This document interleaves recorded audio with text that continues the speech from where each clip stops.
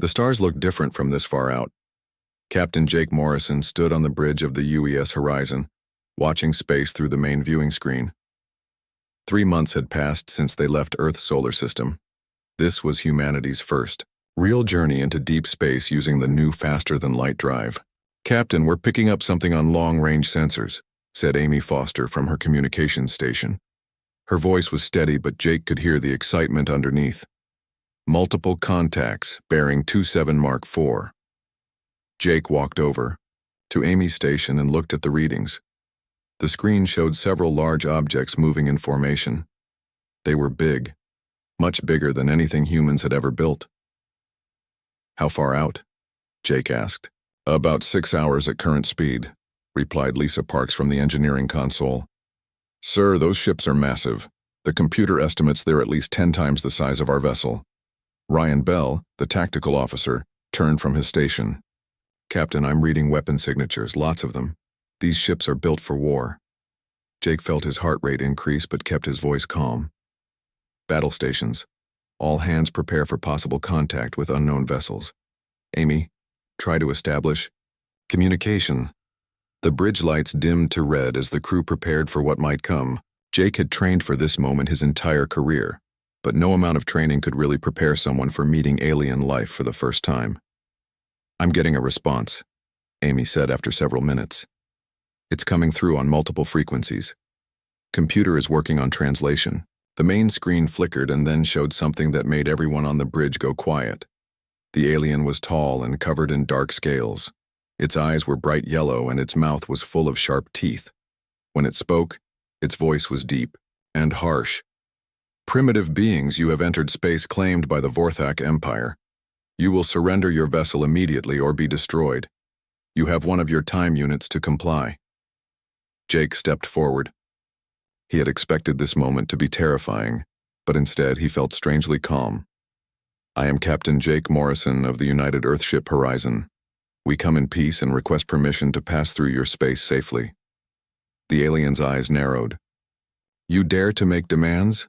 I am War Prime Zekthar of the Conquest Fleet.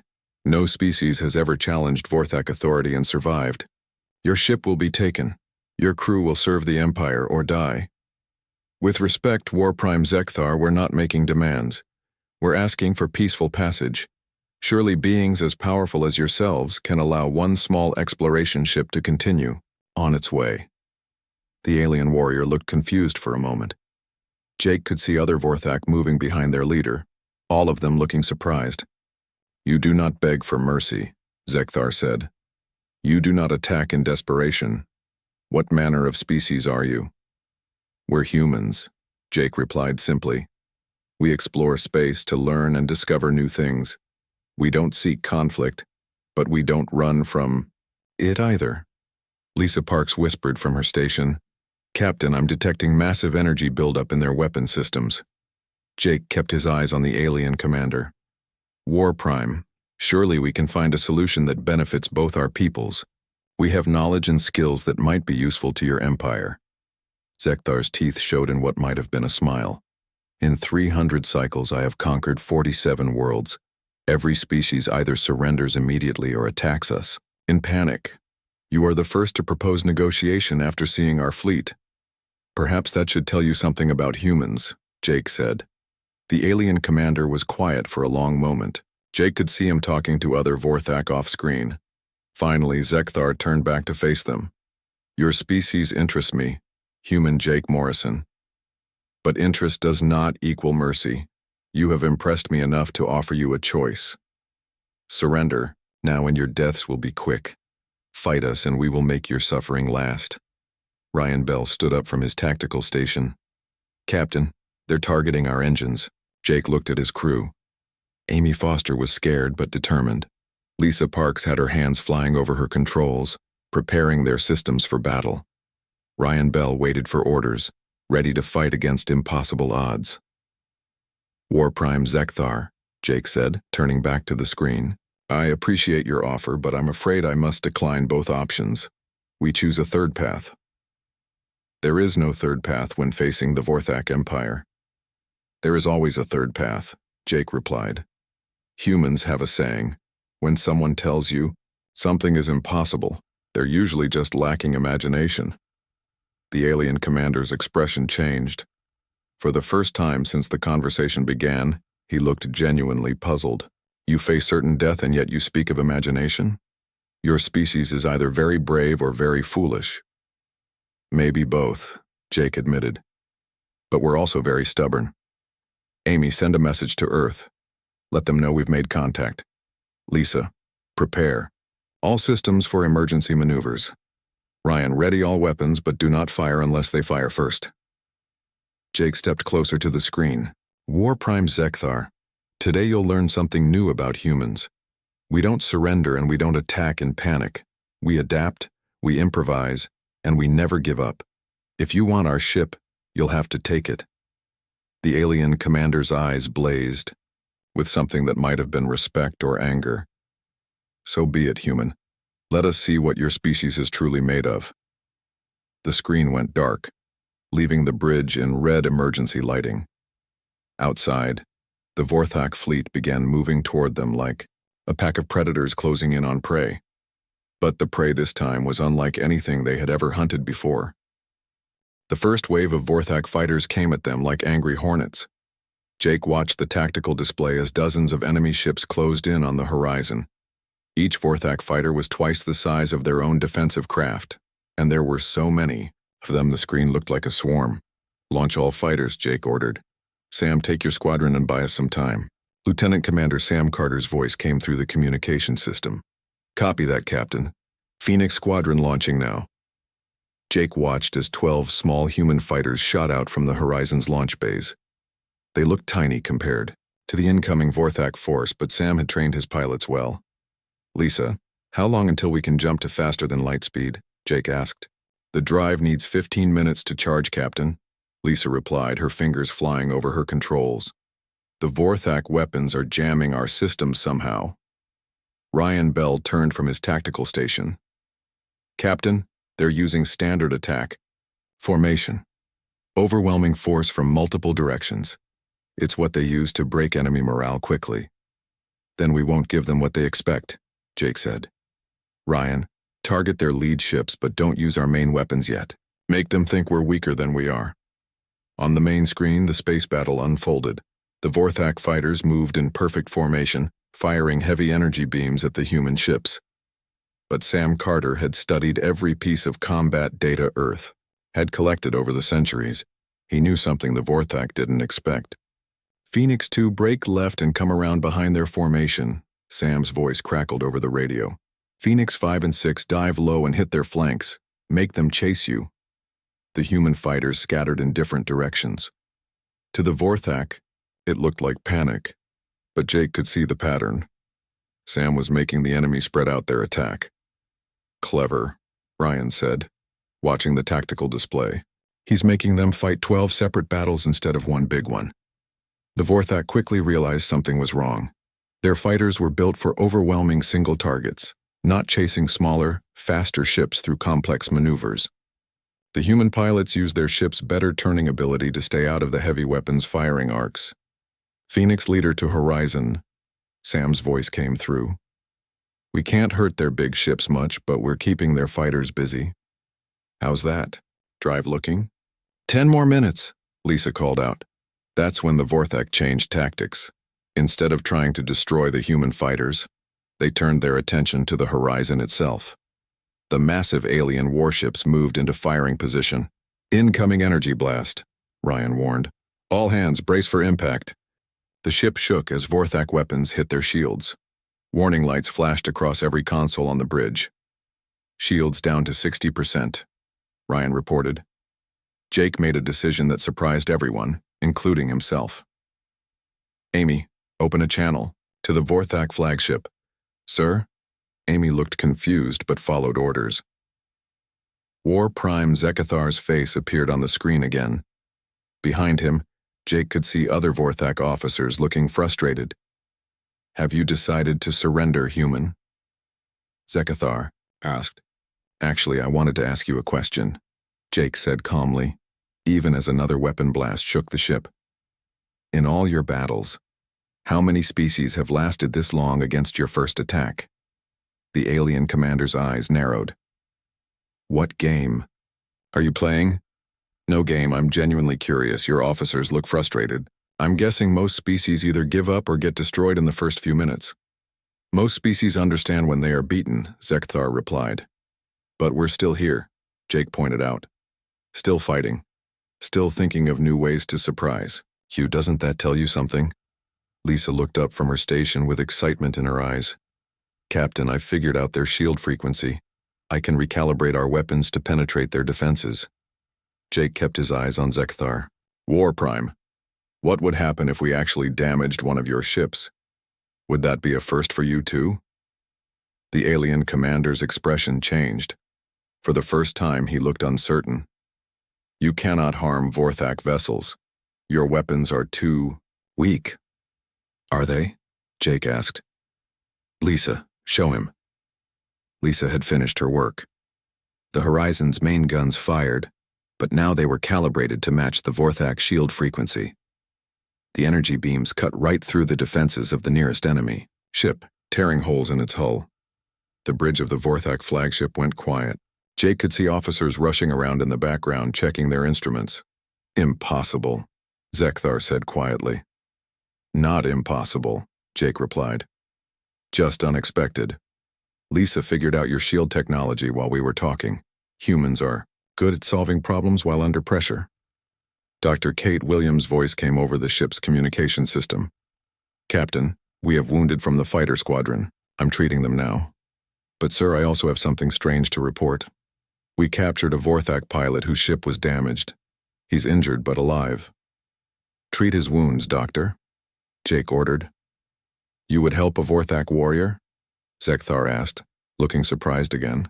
We would help anyone who needs medical attention, Jake replied. That's what humans do. The space battle continued around them, but something had changed. The Vorthak were no longer fighting with complete confidence. They had expected an easy victory, but the humans kept finding new ways to surprise them. Sam Carter's voice came through again. Captain, their fighters are pulling back. I think we confused them pretty badly. Good work, Sam. Bring your squadron home. Jake turned back to Zekthar. War Prime, we've been fighting for 20 minutes now. Your supposedly unbeatable fleet is being held off by one small exploration ship. Maybe it's time to reconsider your assumptions about humans. The alien commander stared at him for a long moment. Your species is unlike anything we have encountered. You fight without hatred. You help your enemies. You solve problems we thought were impossible to solve. We also don't give up, Jake added. Ever. This battle is not over, human Jake Morrison, but you have earned something no other species has earned from me. What's that? My curiosity, Zekthar replied. I want to see what else your people can do. The screen went dark again, but this time the Vorthak ships didn't immediately resume their attack. Instead, they held position, waiting to see what the humans would do next. Lisa looked up from her station. Captain, the faster-than-light drive is ready. Jake nodded but didn't give the order to jump away. Something told him that running now would be a mistake. The Vorthak were learning about humans, but humans were learning about the Vorthak too. Hold. Position, Jake ordered. Let's see what they do next. The impossible stand continued, with both sides trying to understand an enemy unlike any they had ever faced before. The explosion came without warning. Jake felt the horizon shake violently as something massive struck both their ship and the nearest Vorthak vessel. Through the main screen he could see pieces of metal and debris floating everywhere. What happened? Jake shouted over the alarms. Unknown object just crashed into both fleets, Ryan reported, fighting to keep his balance. It came out of nowhere, moving at incredible speed. Amy's hands flew over her controls. I'm getting distress signals from multiple ships, both ours and theirs. The object that had hit them was huge, like a small moon made of twisted metal and strange technology. It had torn through space and smashed into the middle of the battle, damaging ships from both sides. Captain, we're losing power, Lisa called out. Main engines are offline, life support is failing. Jake looked at the tactical display. Several human fighters were drifting without power. The Vorthak flagship was also badly damaged. leaking atmosphere into space. There's a planet nearby, Ryan said. Both fleets are being pulled toward it by gravity. We're all going to crash. Jake made the hardest decision of his career. All hands, prepare for emergency landing. Try to stay with the ship as long as possible. The next few minutes were chaos. Jake felt his stomach drop as the horizon fell through the planet's atmosphere. He could see Vorthak ships falling alongside them, all of them trying to make controlled crashes on the planet's surface. The impact threw Jake from his chair. When he woke up, the bridge was dark except for a few emergency lights. His head hurt, and he could taste blood in his mouth. "Sound off," he called weakly. "Amy here, Captain. I'm hurt but alive." Lisa checking in. "My leg is broken, but I can still work." "Ryan present, sir. Ship's weapons are completely gone." Jake struggled to his feet and looked around. The horizon had crashed in what looked like a desert, but the sky was green, and there were two suns hanging overhead. The air smelled like metal and something else that made his nose burn. "Captain," Amy said, pointing out the broken view screen. "Look." About a mile away, a Vorthak ship had also crashed. Smoke was rising from its hull, and Jake could see figures moving around it. "We need to assess our situation," Jake said. "How bad is our ship?" Lisa checked her instruments. "We're not flying again anytime soon. Main power is gone. The faster-than-light drive is completely destroyed. And Captain, there's something else. The atmosphere outside is slowly poisoning us. Our filters can clean it for maybe 3 days." "What? About the Vorthak?" "Their biology is different from ours," Dr. Kate Williams said, appearing in the doorway. She was limping and had a bandage around her head. "The air here affects them differently, but it's still killing them, just slower." Jake looked out at the alien landscape. Strange plants with metallic leaves grew everywhere. In the distance, he could see creatures that looked like giant insects moving between rock formations that glowed with their own light. "We need supplies," Jake said. "Food, water, materials to fix our air filters. And we need to explore this planet to see if there's any way off it." That's when they heard the sound. It was like metal scraping against stone, getting closer to their ship. "What is that?" Amy whispered. Ryan looked at his sensors. "Something big is moving toward us. Actually, several big things." Through the damaged hull, they could see creatures approaching. They looked like combinations of machines and animals, with metal claws and glowing red eyes. Each one was the size of a small car. "Those things are heading for both crash sites," Ryan observed. "Ours and the Vorthak."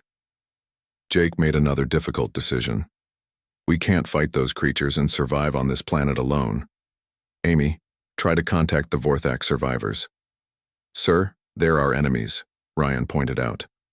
"Right now they're the only other intelligent beings on a planet that's trying to kill us all," Jake replied. After several attempts, Amy managed to establish communication with the crashed Vorthak ship. The alien face that appeared on their small emergency screen was not War Prime Zekthar, but a younger Vorthak warrior. "I am Sub-Commander Grixtal," the alien said. "War Prime Zekthar was injured in the crash. You are the humans from the battle." "Yes, we're all stranded on this planet together," Jake said. "Those creatures are moving toward both our ships. We need to work together to survive." Grixtal looked uncertain. "Vorthak do not cooperate with enemies." "Then maybe it's time to stop being enemies," Jake suggested. "At least until we figure out how to stay alive." The mechanical creatures reached the Vorthak ship first. Jake watched through their emergency cameras as the aliens fought bravely, but their weapons barely damaged the attackers. The creatures had metal skin that seemed to absorb energy blasts. "They need help," Dr. Kate Williams said. "Captain, if we go out there, we might not make it back," Ryan warned. Jake was already putting on his environmental suit. "Then we better make sure we do make it back. Lisa, can you rig up some kind of weapon that might work against those things?" Lisa smiled despite their situation. "I've got an idea. Those creatures are part machine. If I can build an electromagnetic pulse device, it might shut down their mechanical parts." While Lisa worked on her device, Jake gathered a small team. Marine Ben Clark volunteered immediately. along with Dr. Williams and botanist Dr. Helen Scott. Why are we taking the plant expert? Ben asked. Because this planet's ecosystem might be the key to our survival, Jake replied. We need to understand everything about this place. They left the horizon and ran across the desert toward the Vorthak ship. The air burned their lungs even through their filters, and the gravity was stronger than Earth's, making every step difficult. When they reached the Vorthak crash site, they found Grixtal and 5 other warriors fighting desperately against 8 of the mechanical creatures. The aliens were losing. Now would be good, Lisa, Jake said into his radio. Activating pulse device now. Lisa's voice crackled back. The effect was immediate. All the mechanical creatures stopped moving and fell to the ground like broken toys. Grixtal stared at the humans in amazement. You saved us, why? Because that's what people do, Ben Clark replied simply. They help each other. For the first time since meeting the Vorthak, Jake saw something new in an alien's eyes. Not confusion or anger, but genuine gratitude. We are in your debt, humans, Grixtal said formally. No debt, Jake replied. We're all just trying to survive, and I think we're going to need each other to do it. Dr. Helen Scott was already examining the strange plants nearby. Captain, these aren't just plants. They're part plant, part machine, just like those creatures. This whole planet seems to be some kind of hybrid ecosystem. As if to prove her point, the ground beneath their feet began to glow with soft blue light, responding to their presence. Jake looked around at the mixed group of humans and Vorthak, all of them far from home on a world that defied understanding. Well, this is going to be interesting. 3 days had passed since the crash.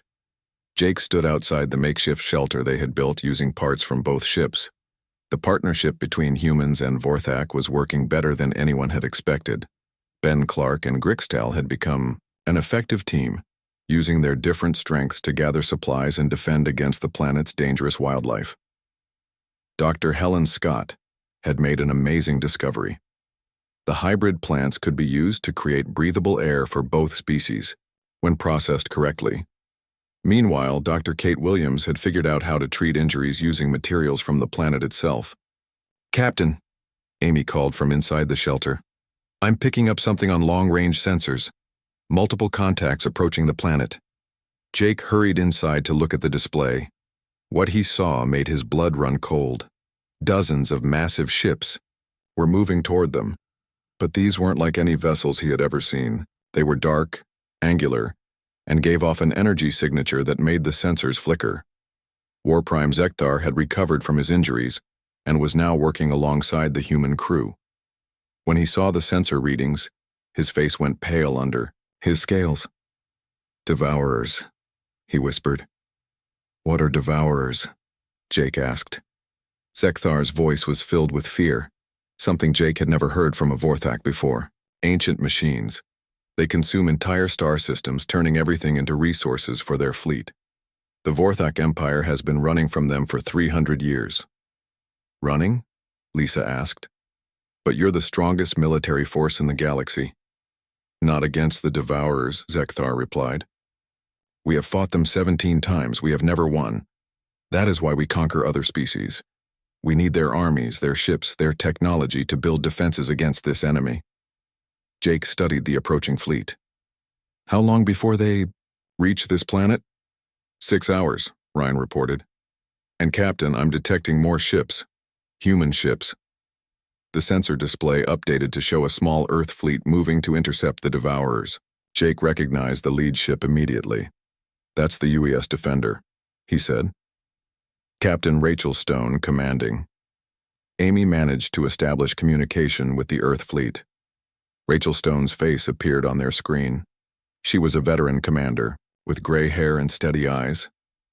Jake, good to see you're alive, Rachel said.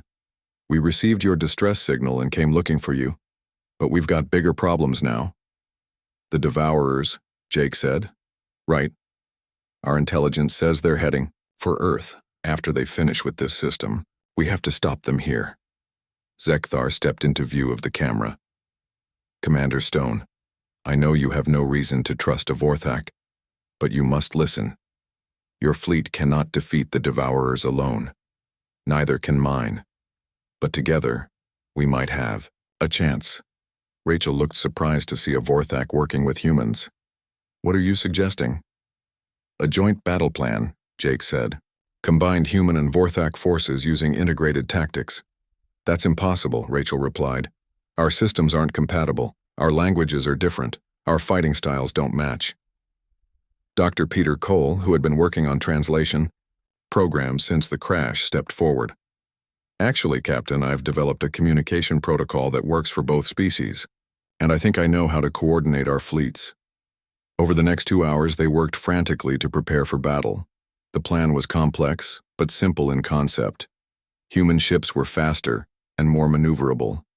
Vorthak ships were heavily armed and well-shielded. By combining their strengths, they could create attack formations the Devourers had never faced. Pilot Rachel Stone coordinated the mixed squadrons from her flagship. She had never worked with alien pilots before, but the translation system Peter had created allowed real-time communication between human and Vorthak crews. All squadrons, this is command. Rachel's voice came through the communication system. Devourer fleet is now in weapons range. Execute attack plan Alpha. Jake watched from the planet's surface as the battle began. The combined fleet moved in patterns that looked like a deadly dance. Human fighters would dart in fast, drawing Devourer fire, while Vorthak heavy cruisers came in from different angles with their powerful weapons. It's working, Lisa said, monitoring the battle from their improvised command post. The Devourers are having trouble targeting both types of ships at once. But the ancient machines adapted quickly. Their weapons began firing in new patterns designed to catch both fast and slow targets. We're losing ships, Amy reported grimly. That's when Commander Alex Turner made a decision that changed everything. He was leading a boarding party of both human Marines and Vorthak warriors against a damaged Devourer ship. Turner to all units. His voice came through the radio. We're inside the Devourer vessel. Their central computer is trying to adapt to our tactics, but it's designed to fight one species at a time. If we can disrupt its learning algorithms, we can confuse their entire fleet. How do we do that? Rachel asked from her command bridge. By being unpredictable, Alex replied. Every time they think they understand our pattern, we change it completely. Jake smiled despite the desperate situation. That's very human thinking, Alex. It's working, Grixtel added. Vorthak warriors learn to adapt their fighting styles during battle. Combined with human unpredictability, the machines cannot calculate our next moves. The boarding party fought their way through the Devourer ship, with human creativity and Vorthak strength proving to be an unstoppable combination. Alex's team included medic Danny Wright, who kept both human and alien warriors in fighting condition as they pushed deeper into the enemy vessel. Found their central processor, Alex reported. Planting charges now.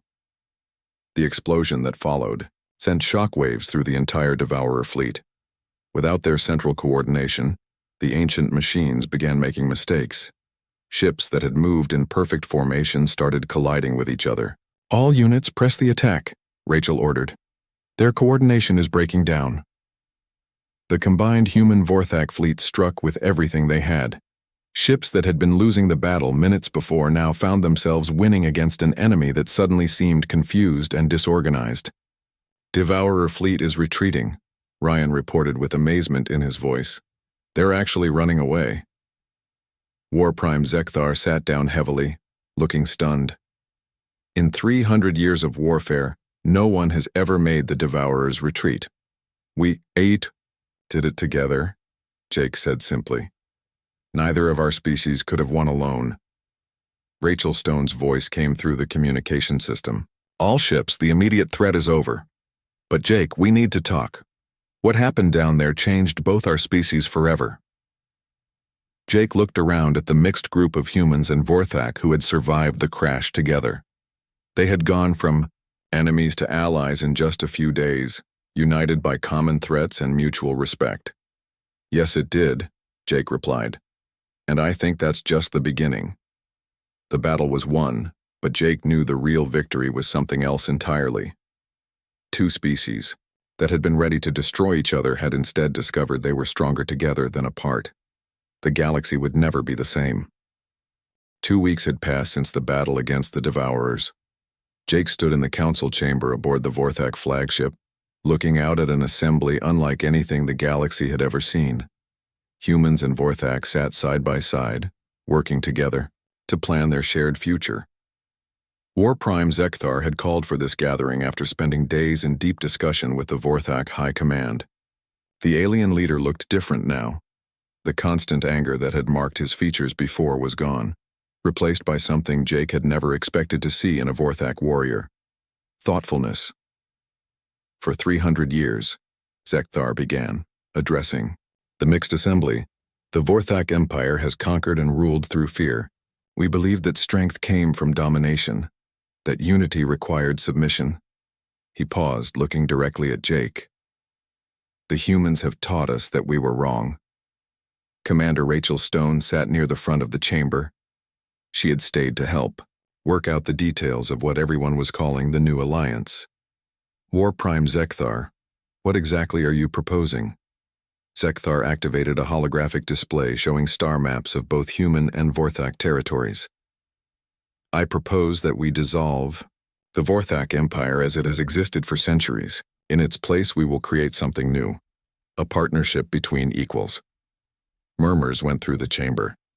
Some Vorthak warriors looked shocked, while others nodded in agreement. The species we have conquered will be given a choice. Zekthar continued. They can join this new alliance as free partners, or they can go their own way with our help to rebuild what we destroyed. Jake stood up. That's a generous offer, War Prime, but what guarantee do these species have that the Vorthak won't return to their old ways? You, Zekthar replied simply. The humans will be our partners in this new alliance. Your people will help ensure we keep our word. Dr. Peter Cole raised his hand. War Prime, this is a massive change for your civilization. How do you know your people will accept it? Zekthar gestured to the Vorthak warriors in the chamber. Because they have seen what we accomplished together against the Devourers. Sub-Commander Grixtal, please share your observations. The younger Vorthak warrior stood up. I fought alongside human Marine Ben Clark on the planet's surface. I watched him risk his life to save Vorthak wounded. Even though we had been enemies hours before, I saw human doctors treat our injuries with the same care they gave their own people. Grixtal looked around the chamber. The humans did not show weakness when they helped us. They showed a different kind of strength, a strength that makes allies, instead of slaves. Ben Clark, who was sitting near the back, stood up. Grixtal saved my life too. When those mechanical creatures attacked, he could have left me behind. Instead, he carried me to safety while I was unconscious. Courage and honor aren't limited to any one species.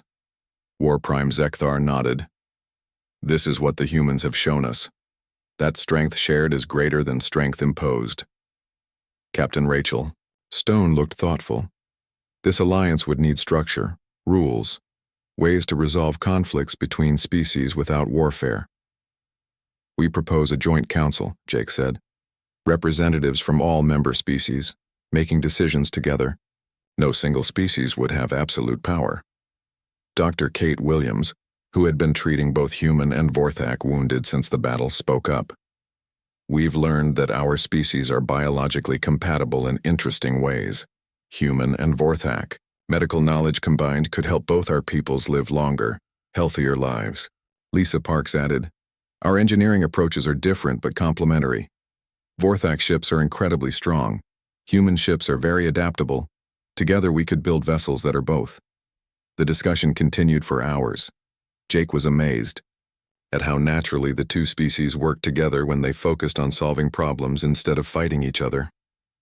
Finally, Zekthar called for quiet. There is one more thing. The humans have earned something that no other species has ever received from the Vorthak High Command. He stood and walked over to Jake. Captain Jake Morrison, you and your crew showed us that there was another way to live. You proved that beings could be strong without being cruel, united without being conquered. Zekthar reached into his armor and pulled out a medallion made of dark metal inscribed with Vorthak symbols. This is the mark of honor. It has never been given to a non-Vorthak before. You have earned not just our respect but our gratitude. Jake accepted the medallion, feeling its weight. War Prime, this honor belongs to all of us. Human, Vorthak, and every species that chooses to join this alliance. Perhaps, Zekthar replied with what might have been a smile. But it starts with individuals who choose to do what is right, even when it is difficult. Over the following days, the framework for the Human Vorthak Cooperative was established. The first joint exploration missions were planned. Species that had been conquered by the Vorthak were contacted and offered freedom and partnership. Jake found himself appointed as the first human ambassador to the Cooperative Council. His job would be to help coordinate the activities of dozens of different species, each bringing their own skills and knowledge to the alliance. On the day the first joint exploration vessel launched, Jake stood in the observation deck alongside Zekthar and Rachel Stone. The ship was beautiful, combining the best of human and Vorthak design. Its crew included members from 12 different species. "Where will they go first?" Rachel asked. "To explore the galaxy beyond Devourer space," Zekthar replied. "To find new worlds and new allies. To learn instead of conquer." Jake watched the ship disappear into faster-than-light travel. "You know, a few weeks ago we were trying to kill each other. Now we're exploring the universe together." "Humans have a saying about this, I believe," Zekthar said, showing off his improving knowledge of human culture, that the best way to destroy an enemy is to make him a friend. "Something like that," Jake agreed. Dr. Helen Scott joined them at the observation window. She had been appointed as the Cooperative's first Director of Planetary Sciences. "The galaxy is huge," she said, "full of mysteries we haven't even imagined yet. Now we have partners to help us explore them and protect them," Zekthar added. "The Devourers are still out there. Other threats exist that we haven't discovered yet, but now we face them together." Jake nodded, thinking about everything that had changed. Humanity had set out to explore space and ended up changing the entire galaxy, not through conquest or superior firepower, but by showing others that there was a better way to live. "The best victories," Jake said quietly, "are the ones where everyone wins." As if in response to his words, signals began coming in from across the galaxy. Species after species was requesting to join the cooperative. The age of empire was ending. The age of cooperation had begun, and it had all started with humans who refused to surrender, refused to attack in panic, and chose instead to find a third path that no one had thought possible.